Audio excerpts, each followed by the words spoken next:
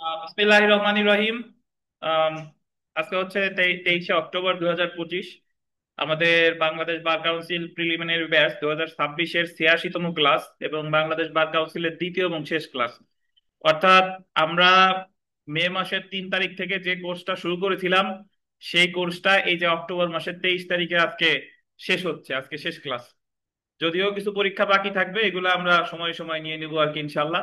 তো গতদিন আমরা যেটা পড়েছিলাম যে আইনজীবীদের যোগ্যতা অযোগ্যতা, তারপরে আইনজীবীদের বিভিন্ন ফান্ড, তারপরে রিলিফ ফান্ড কখন, গ্রুপ ইন্স্যুরেন্স স্কিম কখন, এগুলা আর কি।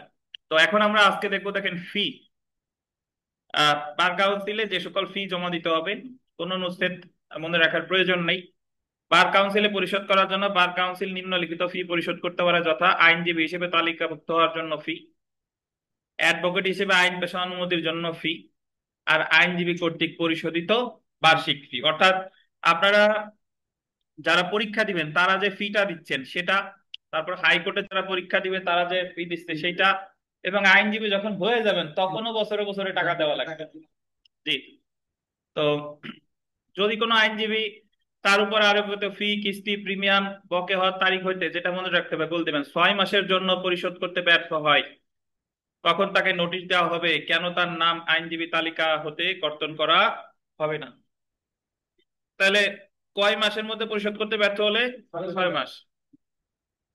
যদি তার ব্যাখ্যা সন্তোষজনক না হয়, তাহলে তার নাম তালিকা থেকে কর্তন করা হবে। যদি তার ব্যাখ্যা কি হয়েছে, সন্তোষজনক না, তাহলে তার নাম তালিকা থেকে কর্তন। জরিমানা পরিশোধ না করা পর্যন্ত তার নাম পুনর্বহাল করা হবে না। অর্থাৎ আপনি যখন আইনজীবী হয়ে যাবেন, আইনজীবী হওয়ার পরে প্রতি বছর একটা নির্দিষ্ট ফি বাংলাদেশ বার কাউন্সিলে জমা দেওয়া লাগে। তো ওই ফিটা যদি আপনি জমা না দেন, যদি 6 মাস বকেয়া থাকে, তাহলে আপনার নাম তালিকা থেকে কর্তন, আগে কারণ দর্শাবে যে কেন আপনার নাম কর্তন হবে না। তারপরে যদি ব্যর্থ হন, তাহলে আপনার নাম তালিকা থেকে কি কর্তন করা হয়ে যাবে। তো জেনে রাখা ভালো, দেখেন, অ্যাডভোকেট তালিকাভুক্ত তালিকায় আইনজীবীদের নাম কর্তন করা হবে, আইনজীবীদের নাম অন্তর্ভুক্ত হবে জ্যেষ্ঠতার ভিত্তিতে, এবং জ্যেষ্ঠতা নির্ধারণ করা হবে অ্যাডভোকেট হিসেবে তারিখ অনুসারে। অর্থাৎ আপনি এ জায়গা বয়স, একজনের বয়স 60 বছর, আর একজনের বয়স ধরেন 35 বছর, কিন্তু যার 35 বছর সে এনরোল্ড হয়েছে আগে, সে অ্যাডভোকেট হয়েছে আগে, তাহলে তার নাম আগে থাকবে। আর যে বয়স বেশি কিন্তু এনরোল্ড হয়েছে পরে, তার নাম থাকবে পরে। তো তাহলে এখানে মানে জ্যেষ্ঠতা নির্ধারিত হবে কিভাবে? অ্যাডভোকেট হিসেবে যে আগে ভর্তি হয়েছে সে। যে ক্ষেত্রে তবে বয়সের যে মূল্য একেবারেই নেই বিষয়টা তা না, দেখেন, যে ক্ষেত্রে দুই বা ততোধিক ব্যক্তির জ্যেষ্ঠতার তারিখ একই, সেই ক্ষেত্রে যে আইনজীবী বয়সে সিনিয়র, সে অন্যদের অপেক্ষা জ্যেষ্ঠ আইনজীবী হিসেবে গণ্য হবে। আপনারা যখন পরীক্ষা দিলেন, আপনি হিজবুল সাহেব, আবুল হোসেন খান, নির্মল যখন অ্যাডভোকেট হলো, তাহলে এই তিনজনের মধ্যে সিনিয়র হবে কে? যে তার বয়স বেশি, আবুল হোসেন খান, সে, যার জ্যেষ্ঠতার ভিত্তিতে সে। তাহলে বয়সের মূল্য যে একেবারে নাই বিষয়টা তা না। আচ্ছা। বার কাউন্সিল আইনজীবীদের তালিকা আন্ডারলাইন করবেন, হাইকোর্ট বিভাগে প্রেরণ করবে। পরীক্ষায় প্রশ্ন আসবে, বার কাউন্সিল আইনজীবীদের তালিকা কোথায় প্রেরণ করবে? হাইকোর্ট বিভাগে। অন্যান্য আইনজীবীদের পূর্বে বক্তব্য পেশ করার অধিকার আন্ডারলাইন করেন, রাইট অফ প্রি অডিয়েন্স শব্দটা বলতেন। অন্যান্য আইনজীবীদের পূর্বে বক্তব্য পেশ করার অধিকার অ্যাটর্নি জেনারেলের থাকবে। রাইট অফ প্রি অডিয়েন্স গোল দিছেন। রাইট অফ প্রি অডিয়েন্স মানে হলো কথা বলার অধিকার। অর্থাৎ অ্যাটর্নি জেনারেল হলেন বাংলাদেশের প্রধান আইন বিষয়ক কর্মকর্তা। তিনি একজন আইনমন্ত্রী, তিনি একজন মন্ত্রী পদমর্যাদার, বুঝছেন? তো সবার আগে কথা বলার অধিকার থাকবে অ্যাটর্নি জেনারেল। সবার আগে কথা বলার যে অধিকার, এটা বলে রাইট অফ প্রি অডিয়েন্স। যেরকম দায়রা জজ কোর্টে রাইট অফ প্রি অডিয়েন্স আছে পিপি, সবার আগে কথা বলবে কে? পিপি, তারপরে অন্য। আচ্ছা। অন্যান্য আইনজীবীদের মধ্যে পূর্ব বক্তব্য পেশের অধিকার, রাইট অফ প্রি অডিয়েন্স, জ্যেষ্ঠতার ভিত্তিতে নির্ধারণ করা হবে। পিপি ছাড়া অন্যান্য যে সকল আইনজীবী আছে তাদের এটা নির্ধারণ করা হবে কিসের ভিত্তিতে? জ্যেষ্ঠতার ভিত্তিতে। সোশ্যাল প্র্যাকটিসের 1, 2, 2 নম্বর প্রশ্নটা যদি দেখেন, যে Bangladesh legal practitioners and bar council orders 1972 বিশ অনুচ্ছেদ অনুসারে প্রস্তুতকৃত তালিকা বার কাউন্সিল কোথায় প্রেরণ করবে? কোথায়? হাইকোর্ট বিভাগে। তারপরে এই পরীক্ষায় প্রশ্ন এসেছিল, রাইট অফ প্রি অডিয়েন্স আছে কার, বলেন? কার আছে? Attorney general. আমরা ট্রাইব্যুনালের গঠনের আগেই পড়েছি। ট্রাইব্যুনাল গতকাল পড়ছি না, যে তিনজন ব্যক্তির সমন্বয়ে আহ বার কাউন্সিলের সদস্যদের মধ্যে হতে এই জায়গায় সদস্য সমূহ একটু ঠিক করে নেন। মোট সদস্য তিনজন। বার কাউন্সিলের সদস্যদের মধ্যে হতে বার কাউন্সিল কর্তৃক মনোনীত কেটে লিখবেন কি নির্বাচিত। কালকে লেখাইছিলাম, মনোনীত কেটে নির্বাচিত লেখেন। এবং অ্যাডভোকেটদের মধ্যে হতে একজনকে নিয়ে বাংলাদেশ মানে বার কাউন্সিল ট্রাইব্যুনাল গঠিত হবে। চেয়ারম্যান দেখেন এই তিনজনের মধ্যে যিনি প্রবীণ তিনি হবেন ট্রাইব্যুনালের চেয়ারম্যান। তো আমরা পেশাগত অসদাচরণ এবং অভিযোগ দায়ের এখানে চলে আসি, এই এই বিষয়টা গুরুত্বপূর্ণ। আমরা গতকাল পড়েছিলাম যে অ্যাডভোকেটের আচরণবিধি সংক্রান্ত 4টা অধ্যায় আছে। প্রথম অধ্যায় আইনজীবীদের সাথে আইনজীবী, দ্বিতীয় অধ্যায় মক্কেলের সাথে, তৃতীয় অধ্যায় আদালতের সাথে, চতুর্থ অধ্যায় জনগণের সাথে। তো এর মধ্যে আইনজীবীর সাথে আছে 11টা, মক্কেলের সাথে আছে 14টা, আদালতের সাথে আছে 9টা, সাধারণ জনগণের সাথে আছে 8টা। সর্বমোট হলো কয়টা? 42টা। তো এই 42টা আচরণ বিধি আমরা পড়বো। এই 42টা আচরণ বিধির কোনো একটা যদি লঙ্ঘন হয়, তাহলে সেই আইনজীবীর বিরুদ্ধে সংক্ষুব্ধ আদালত বা সংক্ষুব্ধ ব্যক্তি মামলা করবে কোথায়? ট্রাইব্যুনালে। এখন ট্রাইব্যুনালে যখন আপনি মামলা করবেন, তখন ট্রাইব্যুনাল আসলে কি করতে পারে? ট্রাইব্যুনাল ওই আইনজীবীর বিরুদ্ধে কি অ্যাকশন নিতে পারে? দেখেন, পেশা স্থগিত রাখা, আহ কোন অ্যাডভোকেট নির্ধারিত পদ্ধতিতে, আচ্ছা সেটা কি অ্যাকশন নিতে পারে সেটা পরে আসতেছি, তার আগে দেখেন কোন অ্যাডভোকেট নির্ধারিত পদ্ধতিতে তার আইন পেশা সাময়িকভাবে স্থগিত রাখতে পারে। স্থগিতের নিচে লেখে সাসপেন্ড, SUSPEND, SUSPEND,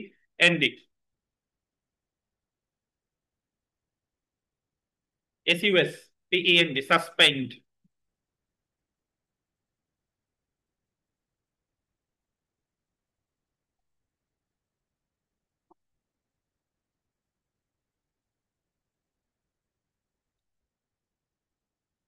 আচ্ছা, তো এখানে শুনে রাখেন, সেটা হলো যে ভাই,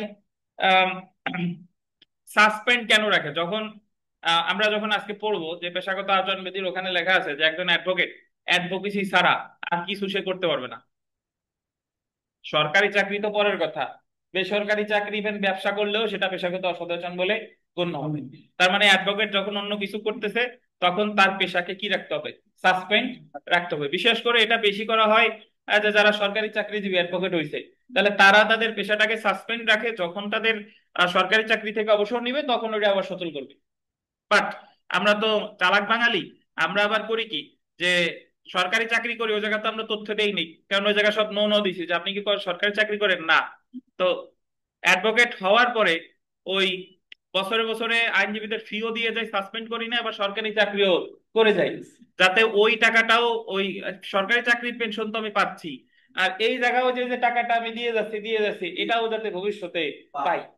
বাট যদি কেউ আপনার মানে আদালতে বাংলাদেশ বার কাউন্সিলে আবার জানাই দেয় যে কিন্তু এই কাজ করতেছে, তাহলে কিন্তু আবার খবর আছে। দেখেন, তো পেশাগত অসদাচরণের শাস্তি অনুচ্ছেদ 32-1 দেখেন, কোন অ্যাডভোকেট পেশাগত অসদাচরণের জন্য দোষী প্রমাণিত হলে 32-1 অনুচ্ছেদ অনুসারে তাকে কঠোরভাবে তিরস্কার করা যেতে পারে। কঠোরভাবে তিরস্কার, এর আর এক বাংলা হলো ভর্ৎসনা। সামনে পাবানি, আমাদের আরিফ সাহেব বলতো ভর্ৎসনা। তো তিরস্কার, কঠোরভাবে তিরস্কার মানে হলো তারা ডেকে অনেক শাসন করে দিছে যে এগুলা করলেন কেন, এই সেই বিভিন্ন কথা, মুখের কথা। বা তাকে আইন পেশা থেকে সাময়িক বরখাস্ত বা অপসারণ করতে পারে। সাময়িক বরখাস্ত আর অপসারণের নিচে লেখেন স্থায়ী বরখাস্ত, মানে অপসারণ সমান সমান স্থায়ী বরখাস্তর মতো, বুঝছেন?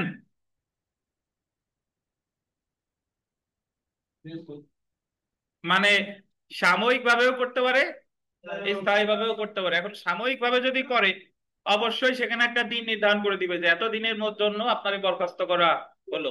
এটা হতে পারে 10 দিন, 1 মাস, 2 মাস। তবে যাই হোক না কেন, অবশ্যই তাকে কি দিন নির্ধারণ করে দিবে। বুঝছেন?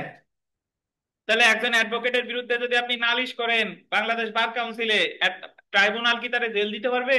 অ্যাডভোকেটে জেল দিবে না, ট্রাইব্যুনাল অ্যাডভোকেটে কি করবে? ভর্ৎসনা করবে। অথবা তারে, ওই ভর্ৎসনা তিরস্কার তো একই, তারে সাময়িক ভাবে বরখাস্ত করবে যে এতদিন আপনি আইন পেশা করবেন না, অথবা তারা স্থায়ী ভাবে বহিষ্কার করবে। বুঝছেন? তো এখন আমরা চলে আসি যেখানে অভিযোগ দায়ের করতে হবে 32-2। 32-2 অনুচ্ছেদ অনুযায়ী কোনো আইনজীবীর পেশাগত অসদাচরণ বা অন্য কোনো অসদাচরণের অভিযোগ বল দিবেন যে কোনো ব্যক্তি বা আদালত বার কাউন্সিলের নিকট দায়ের করবে। তাহলে যদি পরীক্ষায় প্রশ্ন আসে যে এই অভিযোগ কে দায়ের করতে পারে, যে কোনো ব্যক্তি বা আদালত। অন্যদিকে 75 খ বিধি অনুসারে প্রত্যেকটি অভিযোগ আন্ডারলাইন করেন complaint and vigilance committee, complaint and vigilance committee গ্রহণ করবে। তাহলে মনে রাখবেন যে যে অভিযোগটা আপনি দিবেন এটা তো বাংলাদেশ বার কাউন্সিলেই দিচ্ছেন, বাট বাংলাদেশ বার কাউন্সিলে কোন কমিটি অ্যাকসেপ্ট করবে? Complaint and vigilance committee. বুঝছেন? অ্যাডভোকেটের বিরুদ্ধে কোনো অভিযোগের ক্ষেত্রে অনুসন্ধান ও যাচাই বাছাইয়ের পর প্রয়োজনীয় পদক্ষেপ গ্রহণের জন্য অভিযোগটি নির্বাহী কমিটির নিকট প্রেরণ করবে। এরপর চলে যাবে কাছে এক্সিকিউটিভ কমিটির কাছে। তাহলে প্রথমে যদি আমি সার্বিকভাবে বলি যে অভিযোগ জানাইতে হবে বাংলাদেশ বার কাউন্সিলে, আরো যদি স্পেসিফিক ভাবে বলি বাংলাদেশ বার কাউন্সিলের কোন committee? Complaint and vigilance committee. ঠিক আছে? আরো উনি যাচাই বাছাই করার পরে এটা পাঠাবে কার কাছে? নির্বাহী বা এক্সিকিউটিভ কমিটির কাছে। এখন আমরা চলে আসি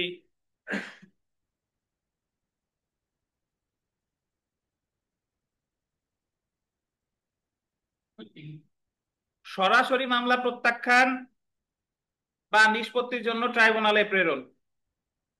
সরাসরি মামলা প্রত্যাখ্যান বা কি নিষ্পত্তির জন্য ট্রাইব্যুনালে প্রেরণ।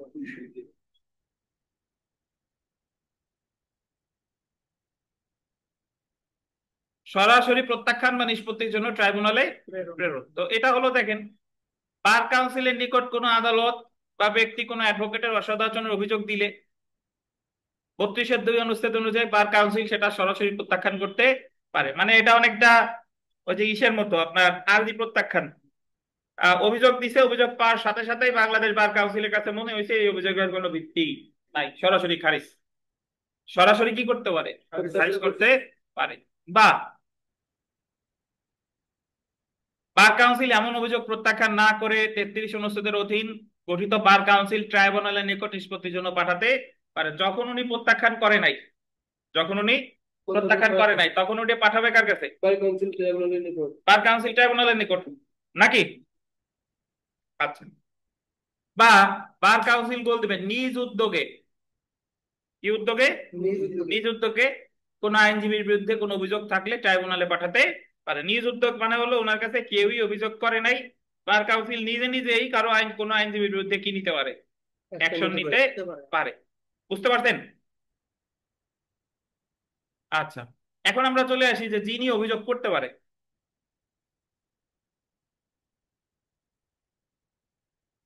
আইনজীবীর অসদাচরণ সম্পর্কে অভিযোগ করতে পারে দেখেন আদালত, স্বয়ং কে পারে? আদালত পারে, বার কাউন্সিল পারে, বা অন্য যে কোনো ব্যক্তি। তো আমরা এতক্ষণ ধরে যেটা জানলাম যে অভিযোগ সর্বপ্রথম যাবে কমপ্লেইন্ট এন্ড ভিজিলেন্স কমিটির কাছে, তারপরে সেটা যাবে কার কাছে? এক্সিকিউটিভ কমিটির কাছে নাকি? তো এখন আমরা চলে আসি যে অভিযোগ দায়েরের পদ্ধতি। অভিযোগে যে সকল বিষয় উল্লেখ করতে হয়, অভিযোগের সাথে যে সকল কাগজপত্র দাখিল করতে হয় ইত্যাদি অ্যাকচুয়ালি বিধিতে বিধান করা হয়েছে। Bangladesh legal practitioners and bar council rules 1972 এর অ্যাকচুয়ালি বিধি অনুযায়ী অভিযোগে নিম্নলিখিত বিষয় যুক্ত করতে হবে। কি কি? অ্যাডভোকেটের বিরুদ্ধে অভিযোগের বিবরণ কি থাকতে হবে? মানে বিবরণ বলতে আপনি কি ওই যে কি অভিযোগ, কি ঘটনা ঘটছে সেটা ওই জায়গায় থাকতে হবে। তারপরে দেখেন প্রয়োজনীয় কাগজপত্র, প্রয়োজনীয় কাগজপত্র যা যা আছে সেইগুলো ওখানে থাকবে। তারপরে যদি অভিযোগকারী আদালত না হয়, আন্ডারলাইন করেন এটা গুরুত্বপূর্ণ, যদি অভিযোগকারী আদালত না হয় বা সরকারি কর্মকর্তা তার অফিসিয়াল দায়িত্ব অভিযোগ দায়ের করে তাহলে অভিযোগের সাথে এফিডেভিট জমা দিতে মানে সরকারি কর্মকর্তা তার অফিসিয়াল দায়িত্ব অভিযোগ দায়ের না করে তাহলে অভিযোগের সাথে এফিডেভিট জমা দিতে হবে। এই কথাটার অর্থ হলো যে সরকারি ব্যক্তি অথবা আপনার আদালত এই দুইজন যদি অভিযোগ দায়ের করে, বার কাউন্সিল অভিযোগ দেয়, তাহলে তাদের এফিডেভিট দেওয়া লাগবে না। আপনাদের আমি একটু মনে করাই দিই, ধারা মনে নাই থাকতে পারে বাট ঘটনা মনে থাকার কথা। এভিডেন্স একটা আমরা পড়ছিলাম যেটা কোনো আইনজীবী যদি কারণ ছাড়া প্রশ্ন করে তাহলে আদালত ওই আইনজীবীটা হাইকোর্টে নালিশ করবে, অথবা সে যে কর্তৃপক্ষের অধীন তার কাছে নালিশ করবে 150 ধারায়। 150 ধারায়। তো ধারা মনে না থাকলেও ঘটনা মনে থাকার কথা। তো এই যে তাহলে এই জায়গায় আদালত যদি নালিশ করে বার কাউন্সিলের কাছে, তাহলে আদালতের এফিডেভিট দেওয়া লাগবে না? দেওয়া লাগবে না। তাহলে সরকারি কর্মকর্তার এফিডেভিট দেওয়া লাগবে না, আদালতের এফিডেভিট দেওয়া লাগবে না। তবে বার কাউন্সিল চাইলে হলফনামা দাখিল করা হতে অব্যাহতি দিতে পারে। তবে বার কাউন্সিল যদি চায়, তবে সাধারণ ব্যক্তি সেও হলফনামা দাখিল করা হতে তারও অব্যাহতি দিতে পারে। তাহলে সাধারণ নিয়ম হলো, সাধারণ একজন বেসরকারি ব্যক্তিকে হলফনামা দিতে হবে, তবে আদালত চাইলে, মানে ট্রাইব্যুনাল চাইলে তার অব্যাহতি দিতে পারে। বার কাউন্সিল কোনো অ্যাডভোকেটের বিরুদ্ধে অভিযোগ দাখিল করতে হলে গোল দিবেন 1000 টাকা ফি জমা দিতে হবে। কত টাকা? 1000 টাকা। আমরা চলে আসি শুনানির দিন নির্ধারণ। Bangladesh legal practitioners and bar council rules 1972 এর 45 বিধি অনুযায়ী কোনো অ্যাডভোকেটের বিরুদ্ধে অভিযোগ প্রাপ্তির পর ট্রাইব্যুনাল শুনানির দিন নির্ধারণ করবে, কিন্তু সেটা অভিযোগ প্রাপ্তির গোল দিবেন 21 দিনের মধ্যে না। আপনি তো অভিযোগ দায়ের করলেন ট্রাইব্যুনালে, তাহলে ট্রাইব্যুনাল ওই মামলার শুনানি শুরু করবে কত দিনের পরে? 21 দিনের মধ্যে না, দ্যাট মিনস 21 দিন পরে। ট্রাইব্যুনাল অভিযুক্ত অ্যাডভোকেটকে একটি নোটিশ দিবে। মূল মামলায়, দেওয়ানি মামলায়, ফৌজদারি মামলায় দেয় সমন, আর এখানে দিবে কি? নোটিশ। তাহলে আপনার এখানে এটা গুরুত্বপূর্ণ যে শুনানি দিন ধার্য করবে কবে? 21 দিনের মধ্যে না, মানে হলো 21 দিন পরে।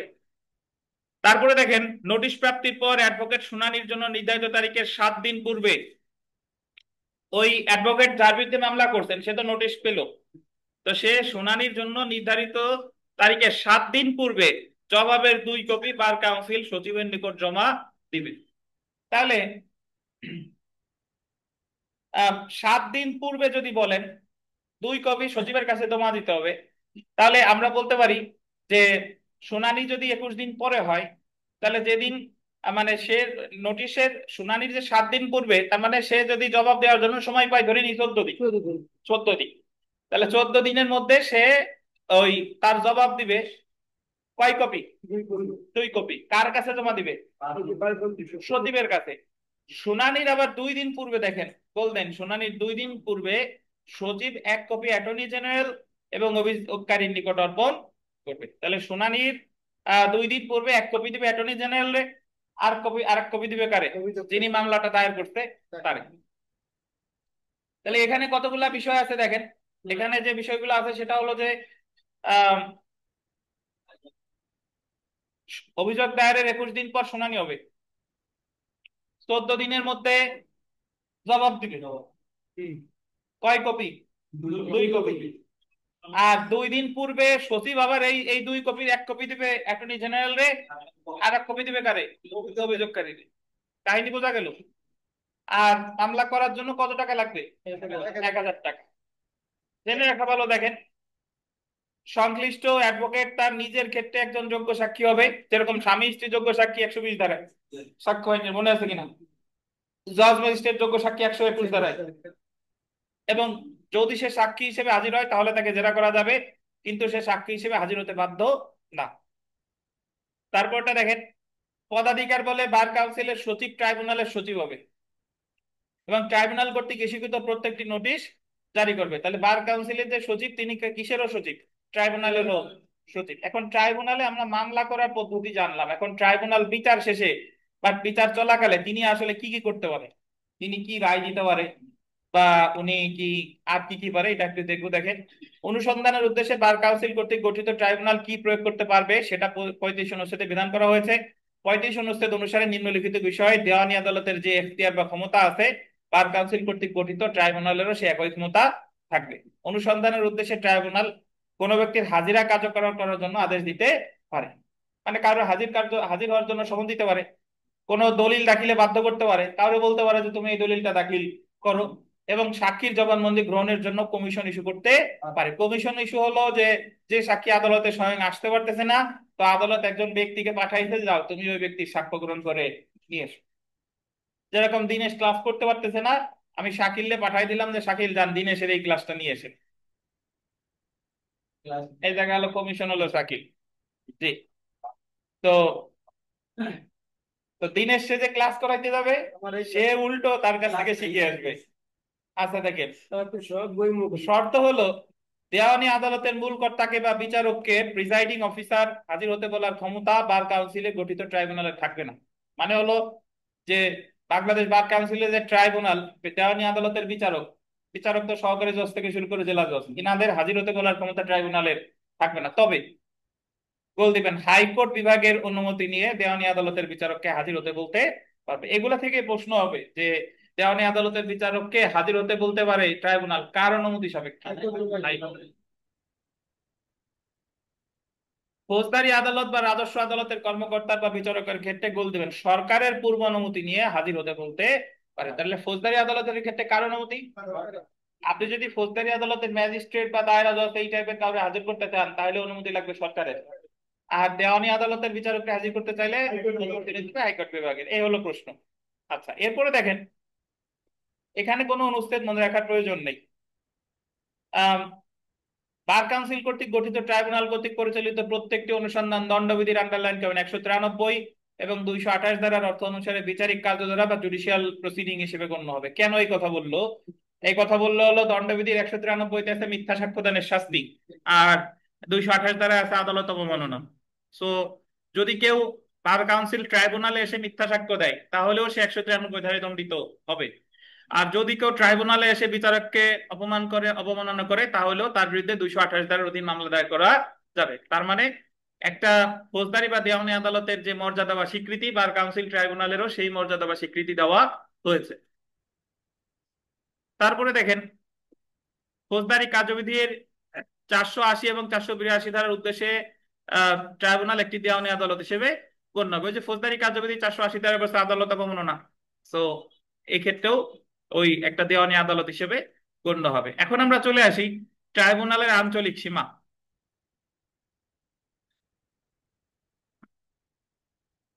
কোনো ব্যক্তিকে হাজির করতে বা দলিল দাখিলে বাধ্য করতে বা সমন ইস্যু করার উদ্দেশ্যে ট্রাইব্যুনালের আঞ্চলিক সীমা হবে বার কাউন্সিলের আঞ্চলিক সীমা। তাহলে ট্রাইব্যুনালের বার কাউন্সিলের যে সীমা, ট্রাইব্যুনালেরও কি সেই সীমা। সাক্ষী হাজির করার জন্য বা ট্রাইব্যুনাল কর্তৃক প্রয়োজনীয় কোনো দলিল উপস্থাপন করতে কোনো সমন বা অন্য প্রসেস পাঠাতে পারে, ট্রাইব্যুনাল ইস্যু করতে ইচ্ছা পোষণ করে এমন কোনো কমিশন ট্রাইব্যুনাল পাঠাতে পারে। ট্রাইব্যুনাল যেখানে বসে সেই স্থানে এখতিয়ার আছে এমন যে কোনো দেওয়ানি আদালতে, বা দেওয়ানি আদালত এমন প্রসেস জারি করবে এমন, এটা আন্ডারলাইন করেন, যে কোনো দেওয়ানি আদালতে বা দেওয়ানি আদালত এমন প্রসেস জারি করবে এবং কমিশন ইস্যু বা কমিশন ইস্যু করবে। ট্রাইব্যুনাল থেকে সরাসরি কোনো নোটিশ উকিল সাহেবের কাছে আসবে না, ওই নোটিশটা আগে আসবে দেওয়ানি আদালতে, তারপর দেওয়ানি আদালত ওইটা জারি করতো। বুঝছেন?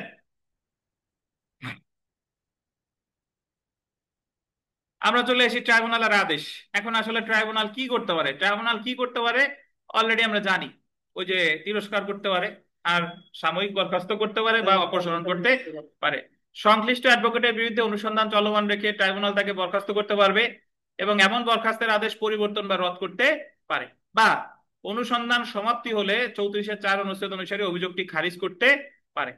আচ্ছা, এখন প্রথম 1 নম্বর পয়েন্টটা দেখেন, সংশ্লিষ্ট অ্যাডভোকেটের বিরুদ্ধে অভিযোগ বা অনুসন্ধান চলমান রেখে। মানে চলমান রেখে মানে হলো এখনো মামলার শুনানি টুনানি কিছু শেষ হয় নাই, অন্তর্বর্তীকালীন তারে বরখাস্ত করতে পারবে।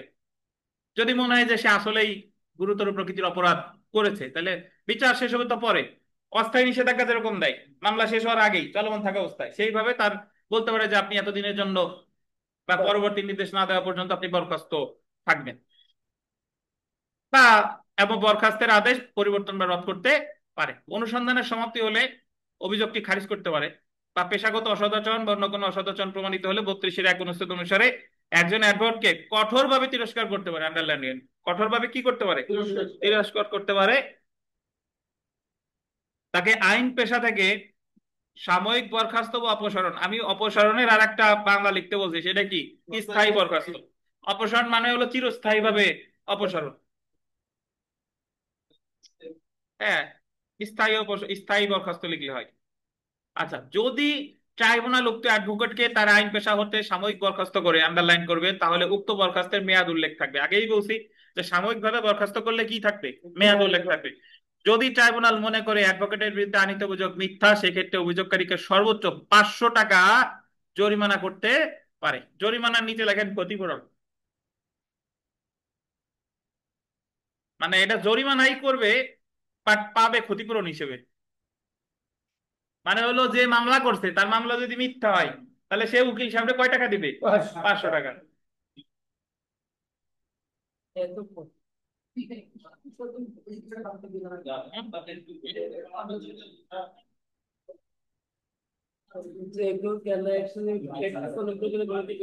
আচ্ছা, এখন আমরা চলে আসি, এটা গুরুত্বপূর্ণ যে মিথ্যা তথ্য মামলার ক্ষেত্রে ট্রাইব্যুনালকে কত টাকা জরিমানা, মানে ট্রাইব্যুনাল তারে কত টাকা জরিমানা করতে পারে, কত টাকা?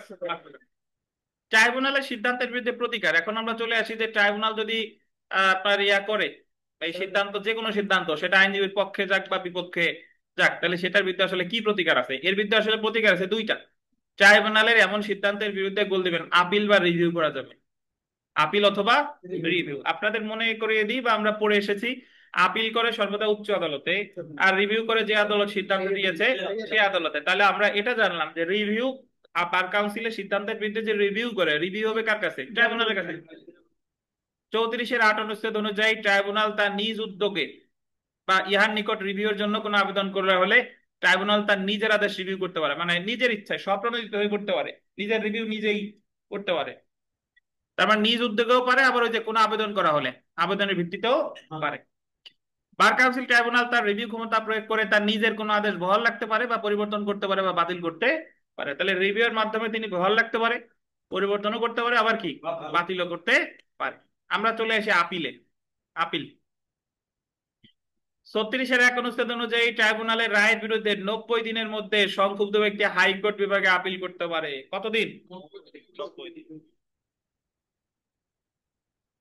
আচ্ছা, এখানে একটু লিখে রাখেন, রিভিউয়ের মেয়াদ 90 দিন। একটু লিখে রাখেন, রিভিউয়ের মেয়াদ 90 দিন।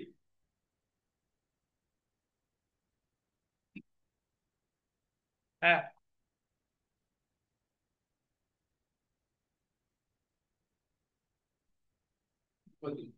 তামাদি আইনের 173 অনুচ্ছেদ।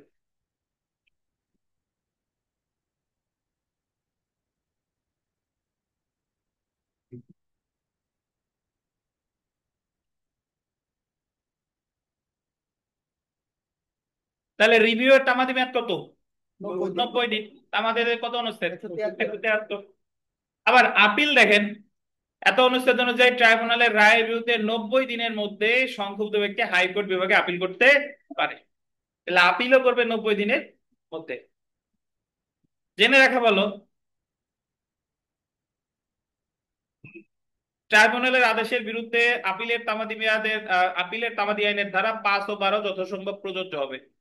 সাধারণত বিশেষ আইনের ক্ষেত্রে 5 ধারা প্রযোজ্য না, বাট বার কাউন্সিল একটা বিশেষ আইন, তারপরও এই আইনে বলা আছে যে তামাদি আইনে 5 ধারা প্রযোজ্য হবে। 5 ধারা আছে যে বিলম্ব মওকুফ, নির্দিষ্ট সময়ের মধ্যে যদি আপিল করতে না পারে সাফিসিয়েন্ট কজের কারণে। আর 12 ধারা হলো যেদিন রায় ঘোষণা করছে সেই দিন বাদ, তারপরে ডিক্রির কপি, রায়ের কপি, রোয়েদাদের কপি নকল উত্তোলন করতে যে সময় লাগে এগুলা বাদ যাবে।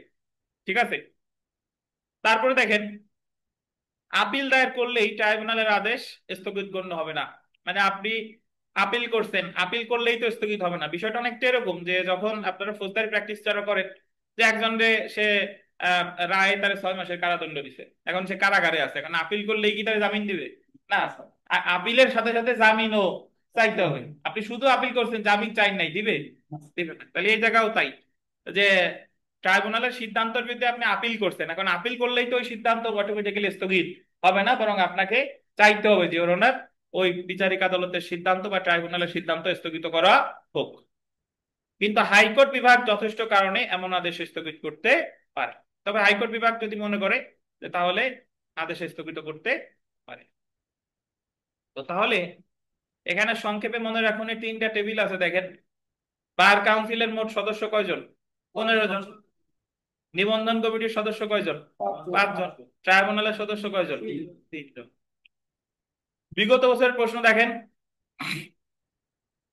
বার কাউন্সিল কর্তৃক গঠিত ট্রাইব্যুনালের এখতিয়ার নাই, দলিল উপস্থাপনার আছে, বিচারককে হাজির হইতে বলতে পারে, দেওয়ানি আদালতের সমন পাঠাইতে পারে, এখতিয়ার সম্পন্ন দেওয়ানি আদালতের মাধ্যমে বিরোধী বিষয়বস্তু জব্দ করা, এটা আর নাই। তারপরে এই জায়গাতে প্রশ্ন আছে, এগুলা ইনশাল্লাহ পারবেন। 5 নাম্বার প্রশ্নটা দেখেন, যদি বার কাউন্সিল ট্রাইব্যুনাল মনে করে অ্যাডভোকেটের বিরুদ্ধে আনীত অভিযোগ মিথ্যা, সেক্ষেত্রে অভিযোগকারীকে সর্বোচ্চ কত টাকা জরিমানা করা যেতে পারে? 500 টাকা। 8 নম্বর প্রশ্ন দেখেন, বার কাউন্সিল ট্রাইব্যুনাল তার রায় রিভিউ করতে পারে নিজের ইচ্ছায়ও পারে, সংক্ষুব্ধ ব্যক্তির আবেদনের ভিত্তিতেও পারে। আমরা সেলফ প্র্যাকটিসে যত আছে সবই গুরুত্বপূর্ণ। 5 নম্বর যদি দেখেন, বার কাউন্সিল ট্রাইব্যুনালের সচিব হবেন কে? পদাধিকার বলে বার কাউন্সিলের যিনি সচিব তিনিও ট্রাইব্যুনালের সচিব। তারপরে 7 নম্বর যদি দেখেন, অ্যাডভোকেটের বিরুদ্ধে অভিযোগ দায়ের করতে হয় কোথায়? বার কাউন্সিলের নিকট। আচ্ছা, এখানে মোটামুটি সবই গুরুত্বপূর্ণ। তো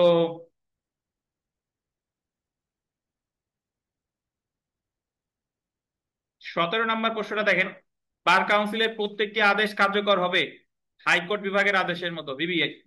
বার কাউন্সিলের প্রত্যেকটি আদেশ কার্যকর হবে কার মতো? হাইকোর্ট বিভাগের আদেশের মতো।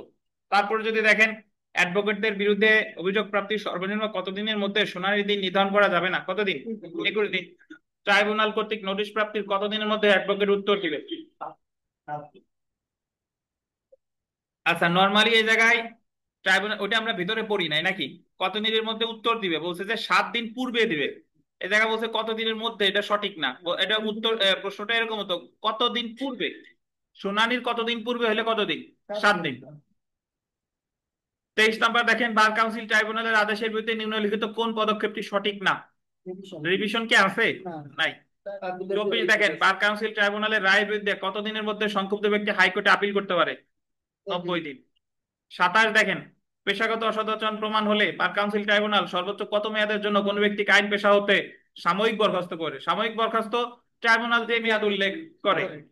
28 দেখেন, বার কাউন্সিল ট্রাইব্যুনালের আদেশের বিরুদ্ধে হাইকোর্ট বিভাগে আপিল করা হলে এবং হাইকোর্ট বিভাগ কর্তৃক প্রদত্ত আদেশের বিরুদ্ধে প্রতিকার হলো, যেহেতু হাইকোর্ট বিভাগের সিদ্ধান্ত চূড়ান্ত তাই এর বিরুদ্ধে আর কি নেই? প্রতিকার নেই। তো আমাদের আর একটু বাকি আছে, আমরা নামাজ শেষে ইনশাল্লাহ শেষ করে ফেলবো।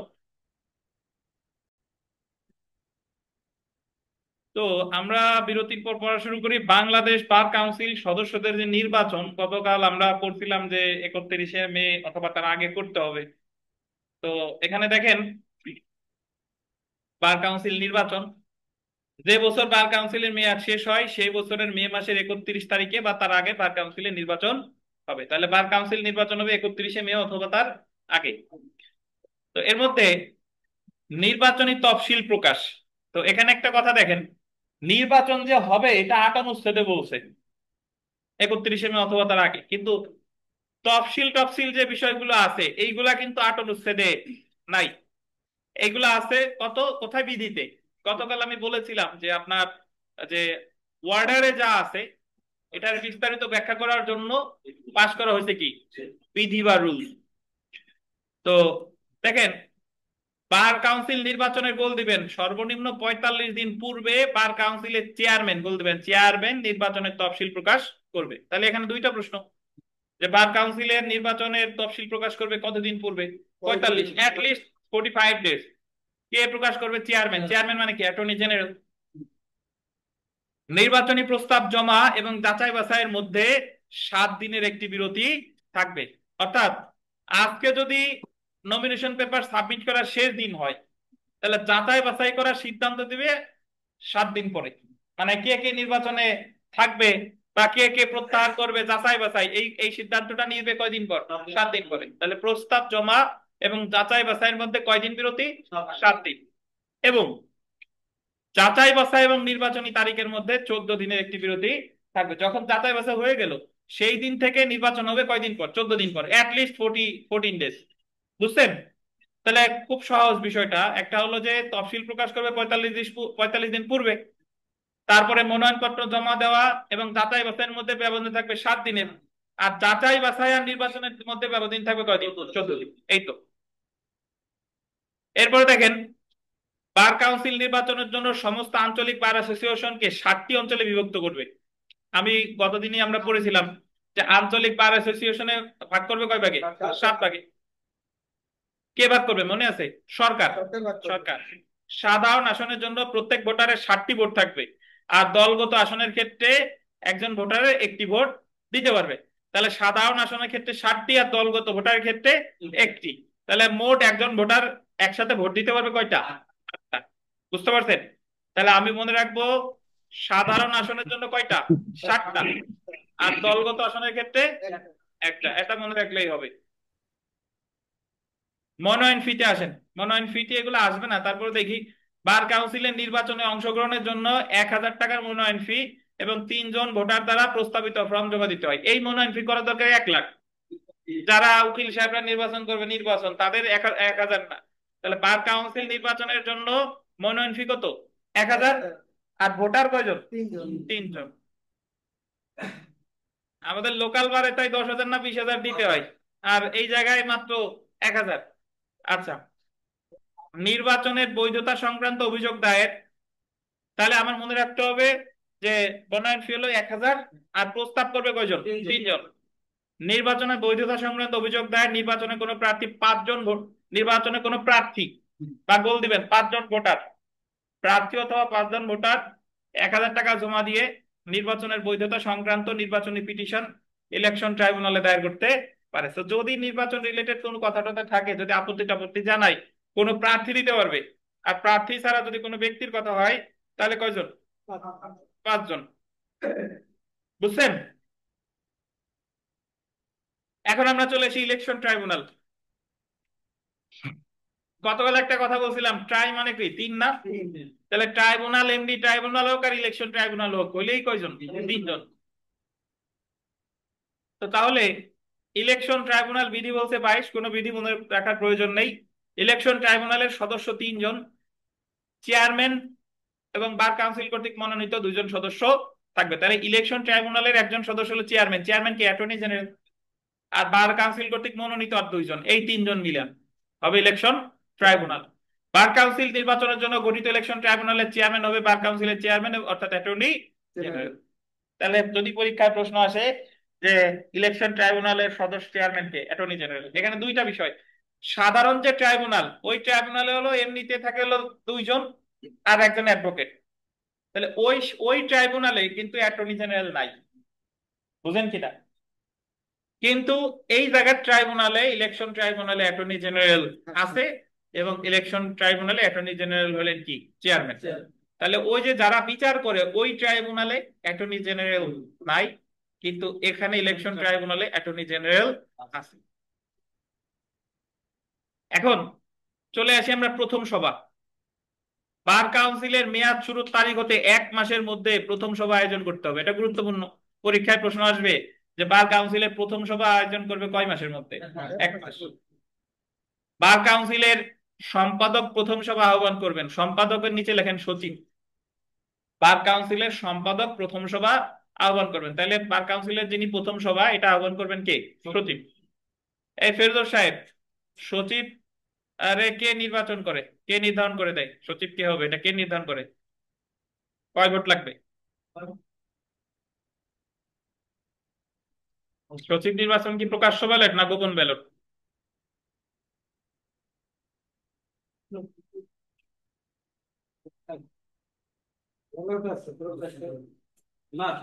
ব্যালট আছে। সচিব কাকে নিয়োগ করবে?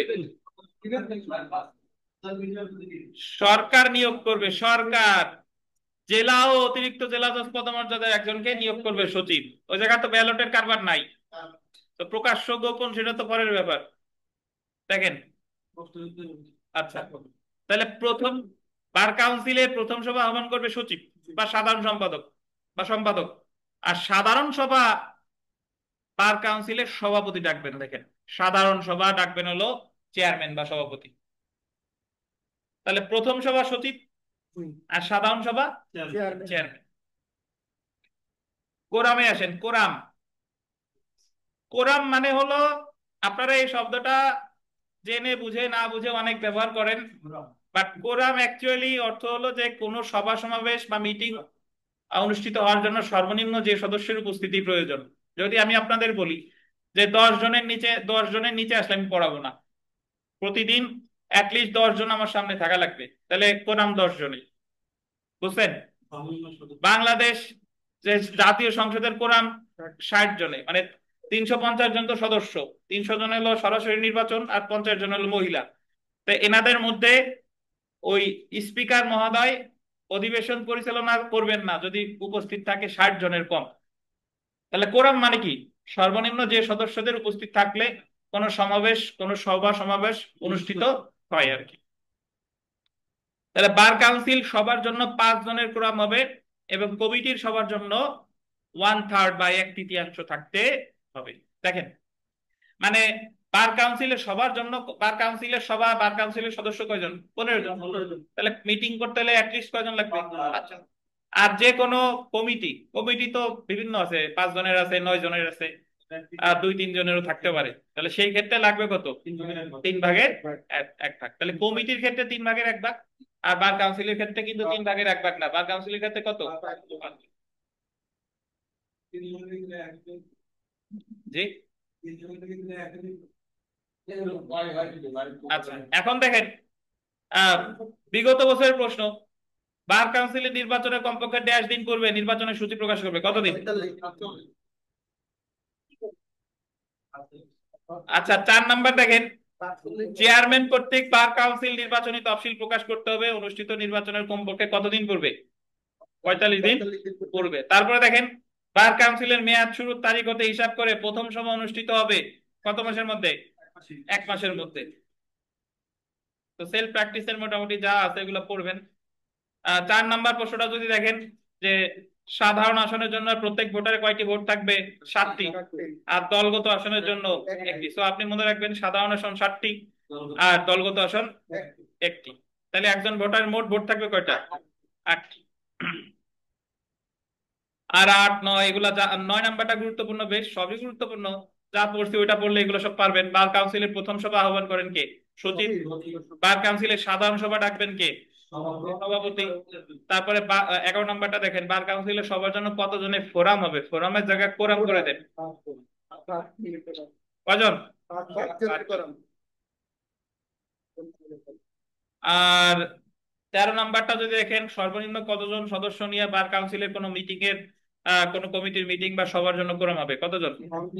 যে কমিটির সভা হবে উক্ত কমিটির সদস্যদের 1/3 সদস্য নিয়ে। 14-15, বার কাউন্সিলের প্রথম মিটিং ঠিক করবে কে?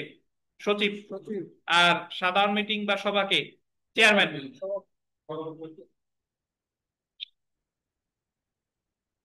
আমরা চলে আসবো পেশাগত সদাচরণ এবং নিয়ম অনুবর্তিতা, canons of professional conduct and etiquette.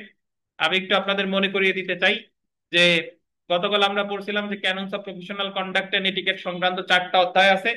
প্রথম অধ্যায় হলো আইনজীবীদের সাথে আইনজীবীদের পারস্পরিক আচরণ, ওই জায়গা বিধি আছে 11টা। দ্বিতীয় অধ্যায় হলো মক্কেলের সাথে আচরণ একজন আইনজীবী কিভাবে করবে, ওখানে বিধি আছে 14টা।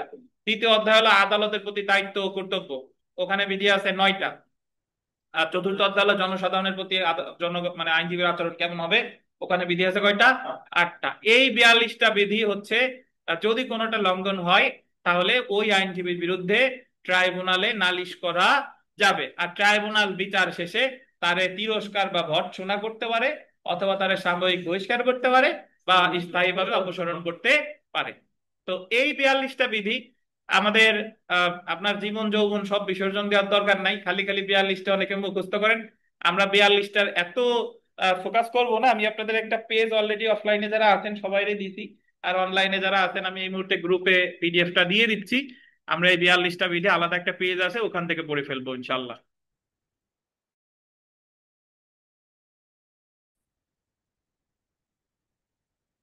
তো সবাই এই পেজটা দেখেন।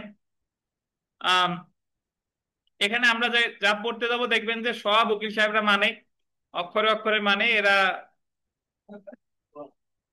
আমরা দেখবো যে এগুলা বাস্তবে এর কোনো প্রয়োগ নাই, বা এর বিরুদ্ধে আসলে কোনো অ্যাকশনে কেউ যায় না, বাট আইনে আছে।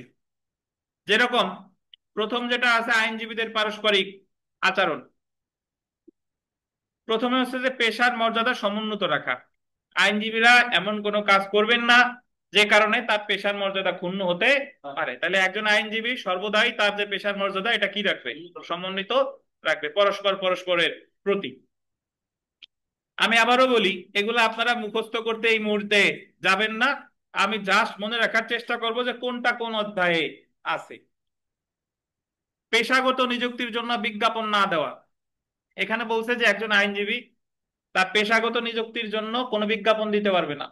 বিজ্ঞাপন মানে হলো বিভিন্ন জায়গায় লিফলেট দিয়ে বেড়াইলো, বা ধরেন ওই সাইনবোর্ডে লিখলো যে এই তো অ্যাডভোকেট নির্মল, আসলেই জামিন, বা আসলেই অস্থায়ী নিষেধাজ্ঞার আদেশ কনফার্ম, এরকম কোনো বিজ্ঞাপন দেওয়া যাবে না, এটা পেশাগত অসদাচরণ হিসেবে গণ্য হবে। তারপরে 3 নাম্বার যেটা আছে সবচেয়ে বেশি পালন করি আমরা, দেখেন, অননুমোদিত ব্যক্তিকে পারিশ্রমিক প্রদান না করা। মানে ওই যে আর একজন মামলা ধরে নিয়ে আসছে, দালাল যে, তারে টাকার ভাগ দেওয়া যাবে না। তাইলে আপনি দালালের কাছ থেকে আগে মামলা নেবেন, টাকাও নেবেন, তারপরে বলবেন যে ভাই দেখো, মামলা তো নিছি, কিন্তু তোমারও যদি এই যে টাকা দেই, পারিশ্রমিক দেই, তাহলে আমার পেশাগত অসদাচরণ হবে, তাই দিতে পারতেছি না। আচ্ছা, তাহলে অননুমোদিত ব্যক্তিকে কি পারিশ্রমিক প্রদান না করা। 4 নাম্বার দেখেন, প্রতিপক্ষ আইনজীবীর অনুপস্থিতিতে তার মক্কেলের সাথে আলাপ আলোচনা পরিহার করা। ধরেন প্রতিপক্ষের আসামি পক্ষের আইনজীবী ধরেন এখনো আসে নাই, তো এর মধ্যে আইনজীবী সাহেব ওই মক্কেলের সাথে খোঁজ গল্প চালু করে ফেলছে।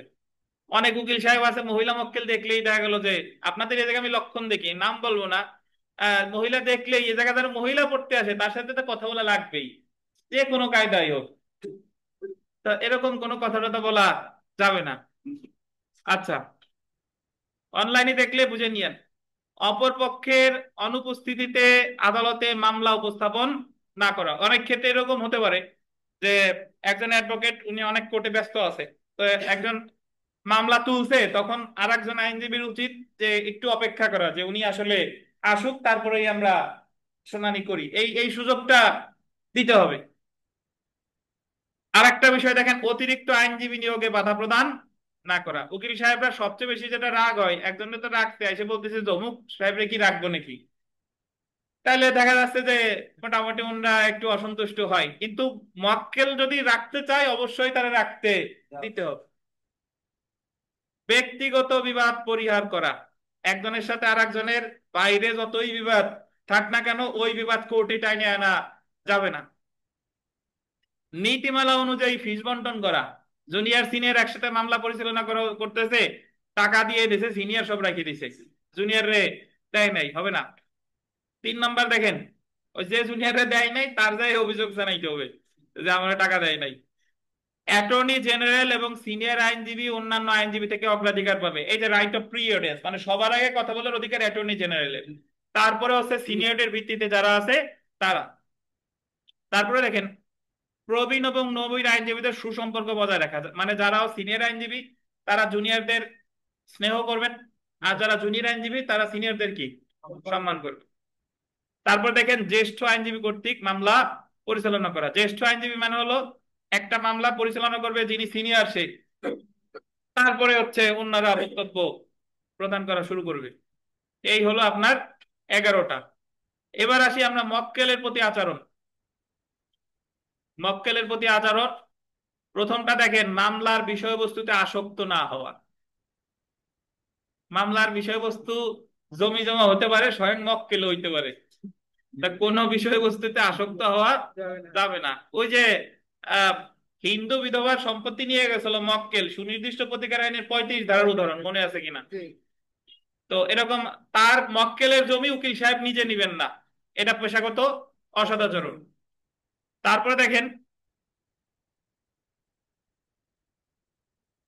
একজন লিখছেন, শিক্ষানবিশ আইনজীবীরা কি ফিস বন্টন, কি লিখছেন, শিক্ষানবিশ আইনজীবীরা কি ফিস বন্টন নিয়ে অভিযোগ জানাতে পারবে।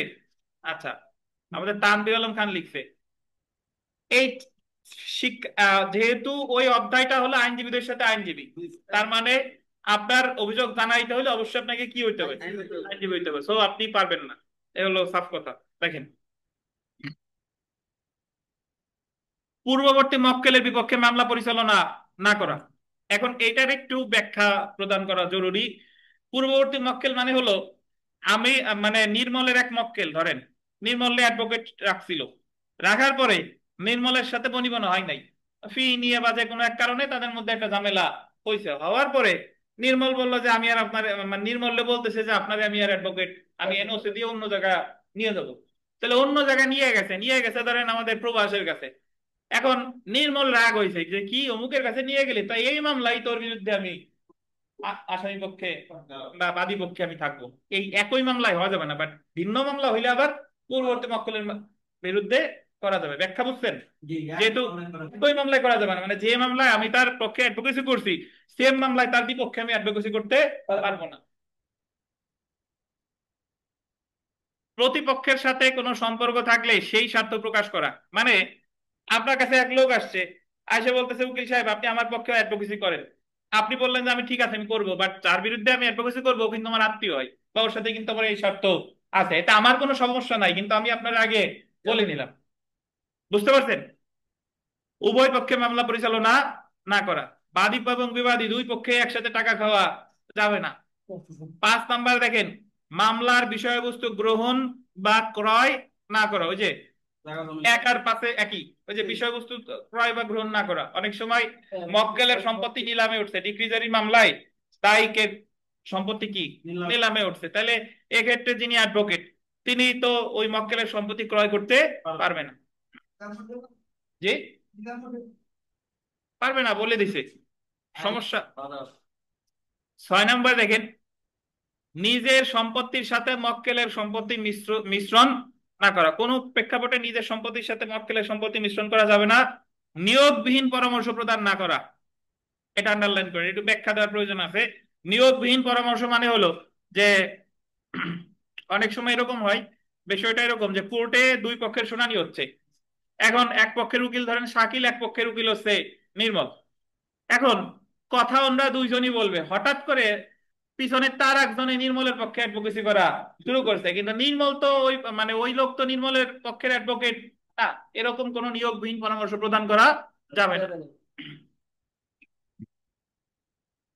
আইন ভঙ্গের পরামর্শ প্রদান না করা, আপনি কোনো পরিস্থিতিতেই একজন মক্কেলকে বলবেন না যে তুমি ভারত চলে যাও, তুমি বিদেশে চলে যাও, বা আগে ওর দাঁত ঘুষিতে ভেঙে আই তারপরে মক্কেল মামলা করবানি, এইরকম কোনো পরামর্শ দেওয়া যাবে না। অভিযুক্ত ব্যক্তির পক্ষে প্রতিদ্বন্দ্বিতা করা একজন আইনজীবীর অধিকার। অভিযুক্ত ব্যক্তি বললেন, অভিযুক্ত ব্যক্তি মানে হলো অনেক ক্ষেত্রে এরকম হয় ভাই যে পরীক্ষার মানে সরি, যখন একজন বারের ধরেন একজন আইনজীবীর সাথেই মারামারি বাজছে একজনের, তো যদি আইনজীবীর আহত করে তখন বারের সবাই মিলে রেজুলেশনে সাইন করে যে ওই আসামির বিরুদ্ধে আমরা কেউ অ্যাডভোকেসি করব না। এটা একটা। অথবা একটা সে খুবই ঘৃণ্য একটা অপরাধ করছে, ধরেন ধর্ষণ করছে বা হত্যা করছে, যে কোনো একটা অপরাধ সে করছে, তখন সবাই মিলে সিদ্ধান্ত নিল এই জায়গায় তার পক্ষে অ্যাডভোকেসি করবে না। বাট কার পক্ষে অ্যাডভোকেসি করবে কি করবে না এটা কিন্তু ওই আইনজীবীর একটা অধিকার। সে যদি অ্যাডভোকেসি করে তাহলে কিন্তু তারে বাধা দেওয়া যাবে না, তাতে যতই আপনি রেজুলেশনে সিগনেচার করেন না কেন। জি। তারপরে দেখেন, যথাযথ পারিশ্রমিক গ্রহণ করা, এটা অনেকটা এরকম যে আপনি নর্মালি যে টাকা নিতেন 7 ধারা মামলায়, যে টাকা নিতেন 2000 টাকা নিতেন, দেখলেন যে মক্কেল আসছে পাজেরো গাড়িতে, তাহলে তো এই জায়গায় 2000 চাওয়া যায় না, এই জায়গায় দিতে হবে 20,000, আজকে অব্যাহতি দিয়ে দিবে। তাহলে এই ক্ষেত্রে মানে তার এটা উৎসাহিত করছে যে সাধারণত যে কাজের জন্য যে ফি সেটাই নিতে হবে, বেশি নেওয়া যাবে না। ফিস নির্ধারণে বিরোধ পরিহার করা, ফিস নির্ধারণে মক্কেলের সাথে মারামারি হাতাহাতি করা যাবে না। বুঝছেন? তারপরে ব্যক্তিগত বিশ্বাস বর্ণনা না করা। ব্যক্তিগত বিশ্বাস মানে হলো আপনি তারে বলবেন যে ভাই আইনে এই কথা আছে, এই জিনিস হইতে পারে, কিন্তু আপনি বলবেন যে আমার মন বলতেছে আজকে জামিন হবে, আমার বোন বলতেছে আজকে অস্থায়ী নিষেধাজ্ঞা পাওয়া যাবেন, আমি স্বপ্নে দেখছি বা তাবিজ নিয়ে নিয়ে আসছি। এই ধরনের বিশ্বাস বর্ণনা করা যাবে না, আইনে যেটা আছে সেটা বলতে হবে। আচ্ছা।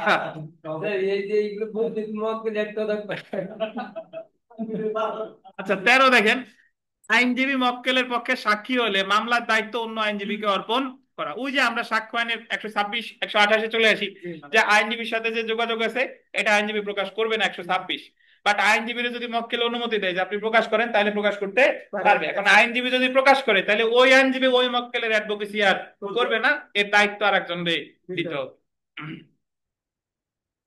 সর্বশেষ, বিশেষ দিনে মামলা পরিচালনার জন্য বাধ্য না করা, মানে অনেকটা এরকম যে অনেক ক্ষেত্রে এরকম ধরেন একজন আইনজীবী অসুস্থ, সে সময়ের আবেদন করছে, এখন প্রতিপক্ষের আইনজীবী বলছে এই ওনার না, উনি অসুস্থ, এবার আগে আমার আজকেই শুনানি করতে হবে, সময়ের আবেদন মঞ্জুর করা যাবে না, এরকম করতে নিরুৎসাহিত করছে আর কি। জি।